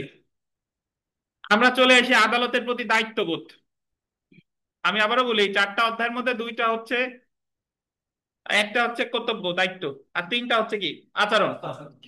তো আদালতের প্রতি দায়িত্ববোধ যদি দেখেন, আদালতে ভদ্রতার সঙ্গে উপস্থিত হওয়া, মানে বোঝাচ্ছে যে আপনার গেট আপ যাতে ঠিকঠাক থাকে, শার্ট প্যান্ট জুতা বা অন্যান্য যা আছে এগুলো যাতে ঠিকঠাক থাকে। এখন দেখা গেল যে প্যান্ট একটা পরে আসছেন জিন্সের, আবার শার্ট একটা পরে আসছেন লাল, এরকম যেন না হয় আর কি। আবার মোবাইল জোরে বাজে উঠছে, বুকটা ফাটতে যায়, এরকম যেন না হয় আর কি। জি। তারপরে দেখেন, বিচার এড়িয়ে যেতে উপদেশ না দেওয়া, মানে আপনি কখনোই কাউকে পরামর্শ দিবেন না যে আপনি বিচার এড়িয়ে যান। ভুল তথ্য বা অপব্যাখ্যা পরিহার করা। অনেক আমরা পরীক্ষার হলে যেরকম করি যে অমুক ডিএলআর এই কথা আছে, কিন্তু ওই ডিএলআর আছে কিনা আদৌ আমি জানি না। আবার অমুক বিজ্ঞানী সমাজ বিজ্ঞানী এই কথা বলছে, কিন্তু আসলে ওই বিজ্ঞানী বলছে কিনা আমরা জানি না। ঠিক একই ভাবে অনেক আইনজীবী মহোদয় আছেন, তারা বলে ইওর অনার উচ্চ আদালতের নজিরে এই কথা আছে, বা ফৌজদারি কার্যবিধির 195 ধারা এই কথা আছে, কিন্তু উনি যে গোজামিল ব্যাখ্যা দিল আসলেই ওই জিনিস ওই জায়গা নাই। হ্যাঁ। তো এজন্য ভুল তথ্য বা অপব্যাখ্যা কি করতে হবে, পরিহার করতে হবে। তারপরে দেখেন, বিচারক ও আইনজীবীদের সুসম্পর্ক ও দূরত্ব বজায় রাখা। কি বলেন? বিচারক আইনজীবীদের সুসম্পর্ক ও দূরত্ব বজায় রাখা। এখন সুসম্পর্ক মানে এই না যে আপনি ফেসবুকে, ওই বর্তমান প্রেক্ষাপটে যেটা হয়েছে আর কি, বিচারকরা তো এখন আগে ছিল ধরা ছোঁয়ার বাইরে, আর এখন হলো ডিজিটালি ধরা ছোঁয়ার ভিতরে। মানে ওনাদের ওই ফেসবুকে অ্যাড দেওয়া যায়, তারপরে ওনাদের বিভিন্ন জন্মদিনে উইশ করে যে স্যারের মতো আর কেউ নাই, একটা ছবি তুলে, মানে স্যারের মন গলানো কিভাবে যায় কিনা, এটাও পেশাগত অসদাচরণ হিসেবে বিবেচিত হবে। ইভেন বিচারকদের ক্ষেত্রেও এটা করা উচিত যে যে বিচারক যে স্টেশনে আছে, সে যেন ওই স্টেশনের কাউরে ওই জায়গায় যেন কোচিং করাইতে না পারে। বুঝতেন? মানে তার ক্ষেত্রে ওই ওই জায়গায় একটা আনডিউ ইনফ্লুয়েন্স, অর্থাৎ অনুচিত প্রভাব খাটানোর একটা সুযোগ তৈরি হয়। আপনি কোচিং করান, বাট কোচিংটা হতে হবে অবশ্যই যে এলাকায় আছেন ওই এলাকায় করানো যাবে না। তো যাই হোক, এখন এই জায়গা থেকে প্রশ্ন আসে। এই প্রশ্নটা হলো এরকম যে একজন প্রতিপক্ষের অ্যাডভোকেটকে সহ 2জন অ্যাডভোকেট বিচারকের খাস কামরায় ঢুকছে মামলার বিষয়ে কথা বলার জন্য, এটা কি উচিত কিনা? না, উচিত না। প্রতিপক্ষের অ্যাডভোকেট থাক বা না থাক, সে একা যাক বা প্রতিপক্ষের অ্যাডভোকেট যাক, কোনো অবস্থাতেই বিচারকের খাস কামরায় ঢোকা যাবে না। বুঝছেন? বিচারকের খাস কামরায় ঢোকা মানেই হচ্ছে এটা পেশাগত অসদাচরণ। আচ্ছা, তারপরে দেখেন, সরকারি আইনজীবীর দায়িত্ব হলো সুবিচার প্রতিষ্ঠা করা, কোন আসামিকে দোষী সাব্যস্ত করা না। সরকারি যিনি আইনজীবী, পিপি, পিপি সাহেবের দায়িত্ব হচ্ছে যে ন্যায় বিচার প্রতিষ্ঠা হচ্ছে কিনা সেটা দেখা, কিন্তু আসামিরে শাস্তি দেওয়া কিন্তু ওনার দায়িত্বের মধ্যে পড়ে না। তারপরে দেখেন, আহ সংবাদপত্রে তথ্য প্রকাশ না করা। এমন অনেক স্পর্শকাতর মামলা আছে যেগুলা মানে নিষেধ করা আছে, যেগুলো সংবাদপত্রে তথ্য প্রকাশ করা যাবে না। বিশেষ করে ধরেন অনেক ধর্ষণের মামলা, তারপরে শিশু যে অপরাধের সাথে জড়িত। এখন সংবাদপত্র যেমন তেমন, আমরা বর্তমানে বড় সংবাদপত্র সবচেয়ে কিন্তু ফেসবুক, ওই পেপার বলেন তারপরে টিভি বলেন সবকিছু খাইয়ে দিছে ফেসবুকে। তো এখানে সংবাদপত্রে যেগুলা নিষেধ আছে এগুলো প্রকাশ করা যাবে না। বিচারক নির্বাচনে যথাযথ ভূমিকা রাখা, খুব বেশি ক্ষমতা এখানে নাই, বাট একটা পর্যায়ে ওই যে আপনার সুপ্রিম কোর্টের যারা অ্যাডভোকেট তাদের মধ্যে থেকেই তো বিচারপতি নিয়োগ দেওয়া হয়।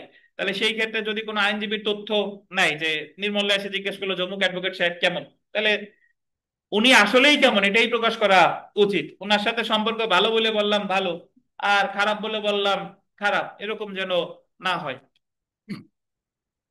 আদালতে সময় মতো উপস্থিত হওয়া, এখানে উৎসাহিত করছে যে প্রতিটা আইনজীবী যেন আদালতে সময় মতো উপস্থিত হয়। আদালতে নিরপেক্ষ মতামত প্রদান করা। অনেক সময় বিচারক মহোদয় জিজ্ঞাসা করে যে সিনিয়র এই বিষয়ে কি আছে, তাহলে উনি যেন ওই প্রতিপক্ষের আইনজীবীদের যেন না দেখে, উনার উচিত যে এই বিষয়ে আসলেই কি হওয়া উচিত বা কি রেফারেন্স আছে এটাই আদালতে কি তুলে ধরা। তো আমরা, এই ছিল আদালতের প্রতি দায়িত্ব কর্তব্য। সর্বশেষ চলে আসেন জনসাধারণের প্রতি আচরণ। জনসাধারণের প্রতি আচরণ কয়টা আছে? চারটা, চারটা সরি।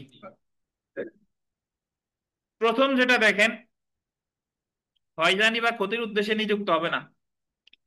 একজন আইনজীবী কোনো পরিস্থিতিতেই কাউকে হয়রানি বা ক্ষতির উদ্দেশ্যে তিনি নিযুক্ত হবেন না। তারপরে দেখেন, বিরুদ্ধ পক্ষের সাথে সদাচরণ বা সৌজন্যমূলক আচরণ করবে। যারা বিরুদ্ধ পক্ষ তাদের সাথে অবশ্যই সদাচরণ করতে হবে। 3 নাম 1 আর 3 একই রকম, হয়রানি বা ক্ষতি না করা। হালকা পার্থক্য আছে, আমরা এত বিশ্লেষণে যাব না। হয়রানি বা ক্ষতি না করে এটা মনে রাখবেন। 4 নম্বরে আসেন, পরামর্শ প্রদান বা আইনজীবী হিসেবে দায়িত্ব পালনে স্বাধীন থাকা। মানে হলো, আমি কারে পরামর্শ দিব কি দিব না এটা আমার ব্যাপার। একজন কুখ্যাত অপরাধী আসলে আমি দিতে পারি, আবার কেউ আসলে আমি তার মামলা নিব না। আমার উপর কোনো জোর মানে জোর প্রয়োগ মানে বল প্রয়োগ করা যাবে না। 5 নাম্বারটা এরকম, মকদ্দমা গ্রহণ বা প্রত্যাখ্যানের স্বেচ্ছাধীন ক্ষমতা। আমি কোন মামলা করব বা কোন মামলা প্রত্যাখ্যান করব এটা আমার স্বেচ্ছাধীন ক্ষমতা। সরকারি বোর্ড কিংবা সংস্থার সম্মুখে নিজের পরিচয় বা স্বার্থ প্রকাশ করা। আপনি যখন কোনো সরকারি বোর্ডের সামনে যাবেন বা কোনো সংস্থার সামনে যাবেন, অবশ্যই আপনার পরিচয় প্রকাশ করতে হবে যে আমি একজন অ্যাডভোকেট। বুঝছেন? তারপরে দেখেন, এটা তো করবেই। একজন অ্যাডভোকেট না হয়ে তাই বলতেছি আমরা অ্যাডভোকেট নাকি? একজন গাড়ি দিতে লেগে দিছে। আর লিজনের আর দোষ দিয়েন না। সবারই অ্যাডভোকেট না হয়ে অনেকে অ্যাডভোকেটের সিল লাগাচ্ছে। আচ্ছা দেখেন, লিজন কি লাগাইছে? শিক্ষানবিশ তো তার বৈধ আছে। দেখেন, দেখতে গেলে কিরকম যেন মনে হয়। আচ্ছা, বিচারক হিসেবে দায়িত্ব পালন করলে, লিজন শুনেন নির্মল কি বলে। বিচারক হিসেবে দায়িত্ব পালন করলে উক্ত মকদ্দমার বিষয়ে আইনজীবী হিসেবে নিযুক্ত হবেন না। দেখেন, যদি কোনো ব্যক্তি বিচারক হিসেবে দায়িত্ব পালন করে তিনি ওই মামলার আইনজীবী হবেন না। এখন আপনি বলতে পারেন স্যার বিচারক হইছে, বিচারক হিসেবে দায়িত্ব পালন করছে, আবার আইনজীবী কেমনে হবে? হ্যাঁ হতে পারে। ধরেন একজন, গতকালই আমরা পড়ছি, ধরেন একজন জেলা ও দায়রা জজ হিসেবে একটা মামলার রায় দিছে। এখন ওই মামলায় উনি অবসরে গেছে। অবসরে যাওয়ার পরে আমরা জানি বিচারকরা হাইকোর্টে অ্যাডভোকেসি করতে পারে। এখন উনি হাইকোর্টে অ্যাডভোকেসি কইরা ওই যে মামলায় উনি রায় দিছে ওই মামলায় উনি অ্যাডভোকেসি করতে পারবেন না। তাহলে হয়ে যাবে পেশাগত অসদাচরণ। আর ফৌজদারি কার্যবিধির 556 ধারায় আছে যে কোনো মামলায় যদি বিচারকের স্বার্থ থাকে তাহলে তিনি সেই মামলা পরিচালনা হতে বিরত থাকবেন। সব শেষেরটা বিবিআই, ব্যবসা চাকুরি অন্য পেশার সঙ্গে জড়িত হওয়া নিষিদ্ধ। ব্যবসা করা যাবে না, চাকুরি করা যাবে না, অন্য পেশার সঙ্গে জড়িত হওয়া যাবে না। এখন এই যে যে আমরা 42টা পড়লাম, যদি কেউ এই 42টার কোনো একটা সে লঙ্ঘন করে তাহলে তার বিরুদ্ধে আপনাকে অভিযোগ জানাতে হবে কোথায়? তার কাউন্সিলের। ওই complain and vigilance committee accept করবে, নির্বাহী কমিটির কাছে পাঠাবে। তারপরে শুনানির দিন নির্ধারণ করবে 21 দিন পরে। সে আবার জবাব দিবে 14 দিনের মধ্যে, 2 কপি দিবে। 2 কপি শুনানির 2 দিন আগে আবার সচিবকে 1 কপি দিবে, অ্যাটর্নি জেনারেলে 1 কপি দিবে। তারপর শুনানি কইরা যদি সত্য হয় তাহলে তারে ভর্ৎসনা করতে পারে বা সাময়িক বহিষ্কার করতে পারে অথবা অপসারণ করতে পারে। আর মিথ্যা হলে অভিযোগ কি খারিজ। আর মিথ্যা হলে যিনি মামলা করছে তারে জরিমানা করবে কত? 500 টাকা। আর সংক্ষুব্ধ ব্যক্তি আবেদন করতে রিভিউ করতে পারে 90 দিন সময়। রিভিউ আদালত ট্রাইব্যুনাল নিজে করতে পারে বা পক্ষগণের আবেদনের ভিত্তিতে করতে পারে, অথবা হাইকোর্ট বিভাগে আপিল করবে কতদিন? 90 দিন। এবং হাইকোর্ট বিভাগে আপিল করলে এটাই হচ্ছে কনফার্ম, এর বিরুদ্ধে আর কোনো প্রতিকার নাই। এখন আমরা বাংলাদেশ বার কাউন্সিল শেষ, বাট লাস্টের যে পেজগুলো আছে এখানে একটু চলে আসেন। চ্যাপ্টার চেকলিস্ট একেবারে শেষে। এইগুলো যদি একবার উদ্বোধন করে না দেয় তাহলে কি বলছি? বলছি কি এইগুলো যদি মানে মনে না থাকে সেম টু সেম। প্রশ্নের উত্তর একবার দিয়ে দিছি, প্রশ্ন করার আগে দিছি কিনা? দিছি। জীবন যৌবন দেওয়া যাবে না। শুনেন, আপনারা কি আমি বলছি হুবহু মনে রাখতে? তাহলে একবার আবার বলেন কে যে হুবহু মনে রাখবে না। আপনারা আমার, ধরেন আমি যাদেরকে পড়াচ্ছি আমার মনে হচ্ছে যে এরা কিছুই পারে না, আমার একেবারেই ক খ গ ঘ থেকে শিখাতে হবে।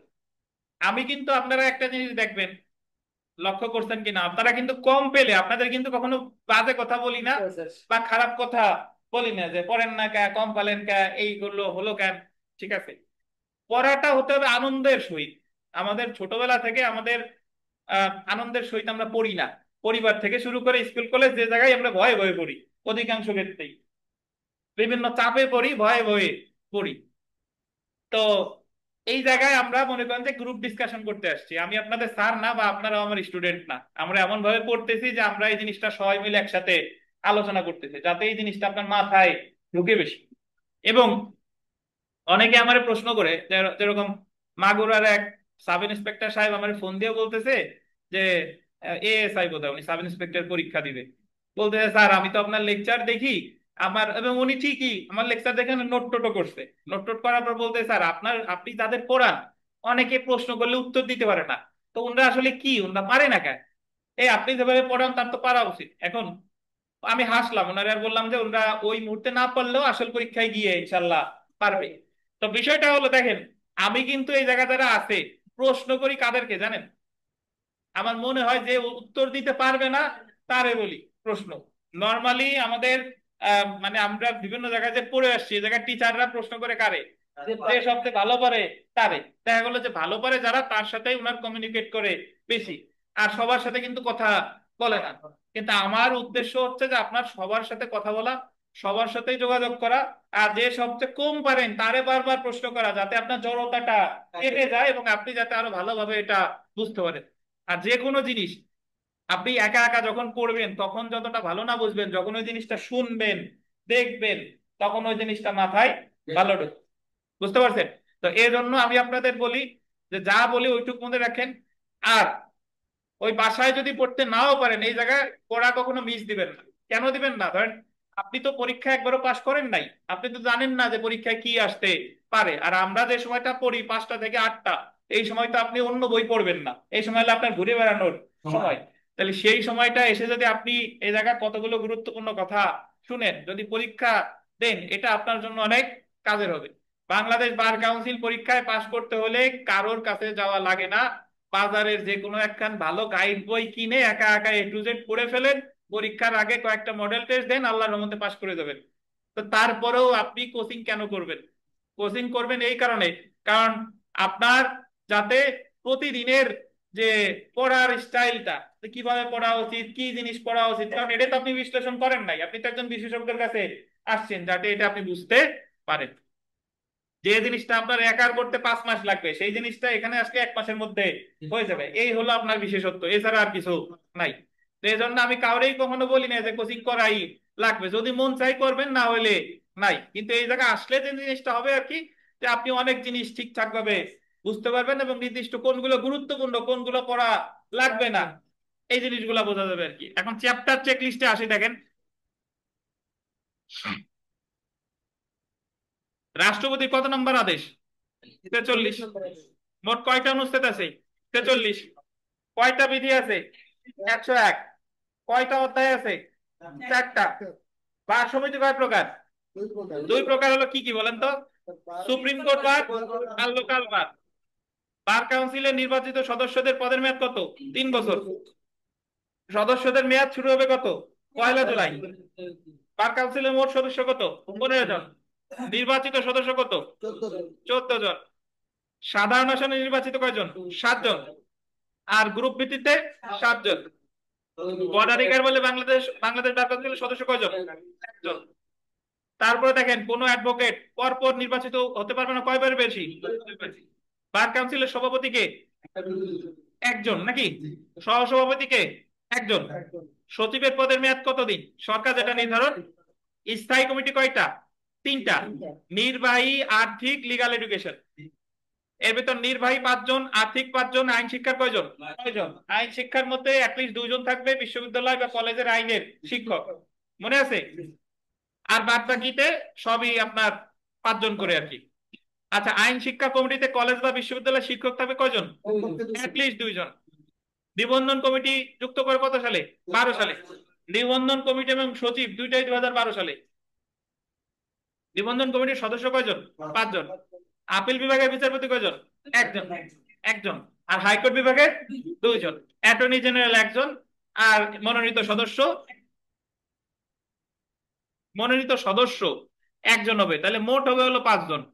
1 আর 2 3 আর 1 4, মনোনীত সদস্য হবে 1। আচ্ছা যাই হোক, হাইকোর্ট বিভাগে অন্তর্ভুক্ত হওয়ার জন্য কত বছর আইন চর্চা করতে হয়? 2 বছর। আইনজীবী হওয়ার ন্যূনতম বয়স কত? 21। সরকারি চাকরি হতে নৈতিক স্থলনজনিত কারণে বরখাস্ত হইলে কত বছর পার হওয়া লাগবে? 2 বছর। কতকাল পড়ছি দেখেন। আর ফৌজদারি অপরাধে দণ্ডিত হইলে 5 বছর। ট্রাইব্যুনাল কয়টা গঠন করতে পারে? এক বা একাধিক। ট্রাইব্যুনালের সদস্য কয়জন? সেটা ইলেকশন ট্রাইব্যুনাল হোক আর এমনি ট্রাইব্যুনাল হোক। ট্রাইব্যুনালের নির্বাচিত সদস্য কয়জন? 2 জন। আর রোল থেকে নির্বাচিত হবে কয়জন? একজন। ট্রাইব্যুনালের রায়ের বিরুদ্ধে আপিলের তামাদি মেয়াদ কয়জন? কয়দিন? 90 দিন। রিভিউয়েরও 90 দিন। মিথ্যা অভিযোগের অর্থদণ্ড কত? 500 টাকা। অ্যাডভোকেট বিরুদ্ধে অভিযোগ গঠনের ফিস কত? 1000। পাইছেন? তারপরে দেখেন, বার সমিতি পরিবর্তনের জন্য ফিস কত? 1000। তারপরে দেখেন, বার সমিতিতে যোগদানের আবেদন খারিজ হলে আপিল। এই আপিলটা আমরা ভেতরে পড়ি নাই, এটা ব্র্যাকেটে লেখেন বিধি 66-3। বিধি 66-3 লেখেন, আপিল হবে বার কাউন্সিলে।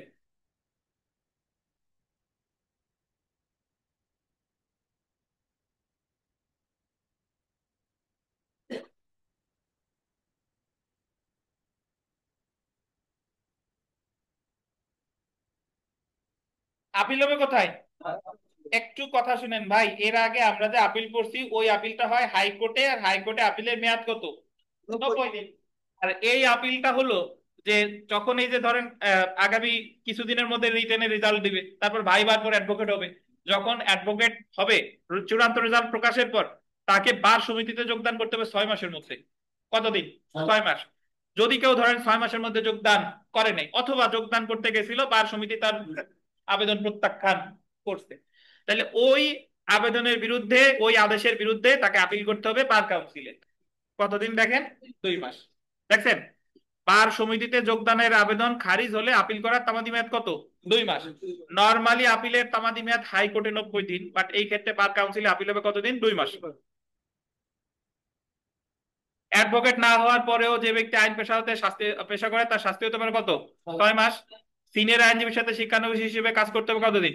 6 মাস। সিনিয়র আইনজীবীর প্র্যাকটিসের মেয়াদ কত? 10 বছর। মামলা কয়টা? 10টা। 5টা সিভিল, 5টা ক্রিমিনাল। আর বার কাউন্সিলের অনুমতি ছাড়া শিক্ষানবিশ নিতে পারবে না কত? 4 জনের বেশি। তারপরটা দেখেন, আইনজীবী হিসেবে নিবন্ধনের আবেদনে মিথ্যা তথ্য দেওয়ার জন্য কোন শিক্ষানবিশ কত বছরের জন্য অযোগ্য হবে? 5 বছর। শিক্ষানবিশ চুক্তিপত্রের সাথে রেজিস্ট্রেশন ফি জমা দিতে হয় 800 টাকা, এখন 800 না, 1080। না, রাইখে দেন, কষ্ট করে ওটা সাফাইছে, কাটবেন কেন? আচ্ছা, বার কাউন্সিলের নির্বাচন তারিখ হবে, বার কাউন্সিলের মেয়াদ শেষ হবার কত? 31 মে তার পূর্বে। নির্বাচনী তফসিল কয়দিন পূর্বে? 45 দিন। আহ অংশগ্রহণের জন্য মনোনয়ন ফি কত? প্রস্তাব হইতে হতে হবে কয়জন? 3 জন দ্বারা। ইলেকশন ট্রাইব্যুনালের সদস্য কত? 3 জন। বৈধতা সংক্রান্ত পিটিশন দায়েরে কত টাকা জমা দিতে হবে? 1000। আর বৈধতা সংক্রান্ত পিটিশন দায়ের করতে পারে কয়জন? প্রার্থী অথবা 5 জন। প্রার্থী একা অথবা 5 জন ভোটার। প্রথম সভা আয়োজন করবে কত মাস? 1 মাস। প্রথম সভা আয়োজন করে কে জানেন? সম্পাদক। আর বার কাউন্সিলের সবার জন্য কোরাম হবে 5 জন নিয়ে। আর বার কাউন্সিলের সবার জন্য সদস্য, অন্য সবার কোরাম হবে 1/3। পারেন না? ইনশাল্লাহ। তো এই ছিল বাংলাদেশ বার কাউন্সিলের যে সাবজেক্ট এটা।